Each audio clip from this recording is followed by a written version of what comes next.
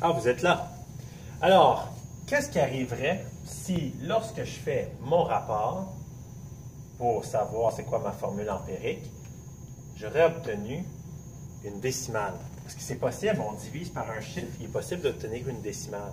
Et pourtant, vous savez pertinemment qu'on ne peut pas mettre des décimales dans une formule chimique. C'est ça le sujet du prochain problème ici. C'est que quand tu vas avoir une décimale, il va falloir que tu multiplies ton rapport pour avoir un entier. C'était la même chose lorsqu'on équilibrait les réactions chimiques. Je vous avais dit que je ne voulais pas de décimale ou de fraction. C'est la même chose ici. Et pour équilibrer les réactions chimiques, quand on avait, je ne sais pas moi, une demi devant l'oxygène, je disais, bien, prends ta réaction puis multiplie-la toute par 2. Comme ça va éliminer les fractions. C'est le même principe ici. On veut tout le temps multiplier par le dénominateur parce que ça va pouvoir s'annuler. Et à ce moment-là, on s'est débarrassé de la fraction ou de la décimale. Ici, 2,5, il faudrait le multiplier par 2. Et mon rapport à ce moment-là serait C2H5. Et ça serait ma formule empirique. Donc, il faut tout le temps multiplier par un entier pour avoir un rapport d'entier. C'est exactement ça qu'on va faire dans le problème qui s'en vient. Okay? Ici, encore, on a le carbone et l'hydrogène. Et pour commencer notre problème, il nous faut des masses. Donc, puisqu'on a juste des pourcentages, on va supposer 100 grammes.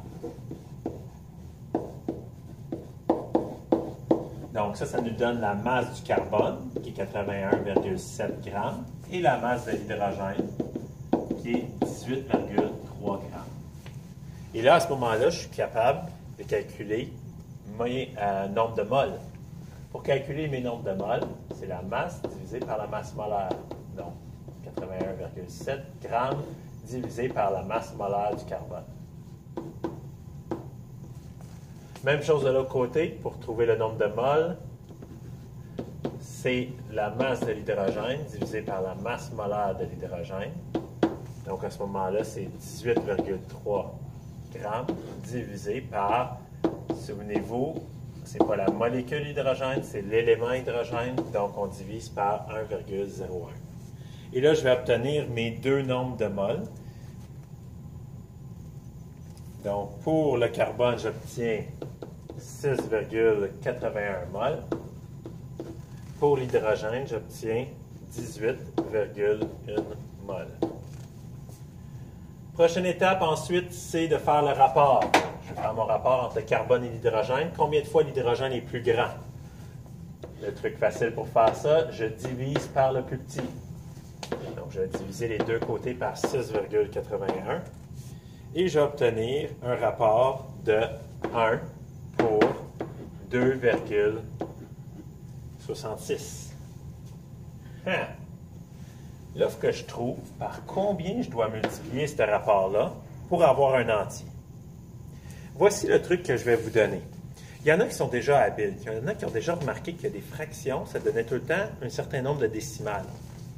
Donc, je te suggère de prendre une petite marge dans tes notes de cours et d'écrire les décimales suivantes. Les décimales suivantes sont toutes en réalité des fractions. Il y en a ici qu'on connaît, comme par exemple la demi. Quand tu as 0,5, ça veut dire une demi. Donc ça veut dire qu'il va falloir que tu multiplies ton rapport par 2 pour que ça donne un entier. D'autres rapports que vous connaissez peut-être, 0,33. 0,33, c'est un tiers. Donc, si tu multiplies par le dénominateur, par 3, tu vas maintenant avoir un entier. Un autre qui est dérivé des tiers, c'est 0,67, qui est 2 tiers. Donc, lui, il va falloir que je le multiplie par 3, encore une fois, pour me débarrasser de la décimale ou de la fraction. Et ici, on pourrait faire la même chose avec toutes ces décimales-là. Donc, 0,17, c'est 1 sixième. Donc, il faudrait que je multiplie par 6. 0,20, c'est 1 cinquième. 0,25, 1 quart.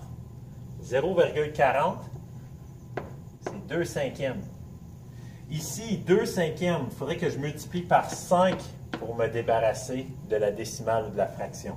Toujours multiplié par le dénominateur, peu importe c'est quoi, le numérateur. Ici, ça ici, c'est 3 cinquièmes. Ça ici, c'est 3 quarts. Celui-là ici, c'est 4 cinquièmes, alors que lui ici, c'est 5 sixièmes.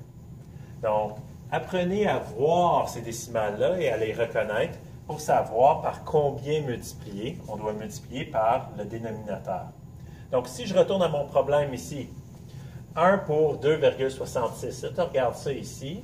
2,66, c'est proche duquel? C'est proche de 0,67. Donc, il va falloir que je multiplie mon rapport par 3 et ça va me donner un entier.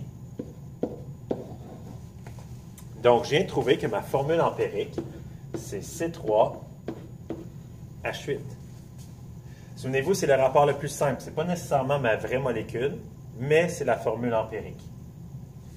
Petite chose à faire attention, c'est que quand vous allez faire les calculs, ça ne va pas donner parfaitement ça. Comme ici, 0,67. Ici, ça me donne 66, c'était proche de 0,67, donc j'ai attribué 2 tiers. Ça va être la même chose quand vous allez être proche d'un entier. Si ça vous donne 2,1 ou 2,9, 2,9, c'est assez proche de l'entier pour que tu l'arrondis à 3. Donc, tu n'auras pas besoin de le multiplier par un entier. Même chose à 2,1, je voudrais que tu l'arrondis à 2. C'est suffisamment proche de l'entier. Donc, quand c'est juste à une place décimale, donc 0,9 ou 0,1, arrondis-le vers l'entier.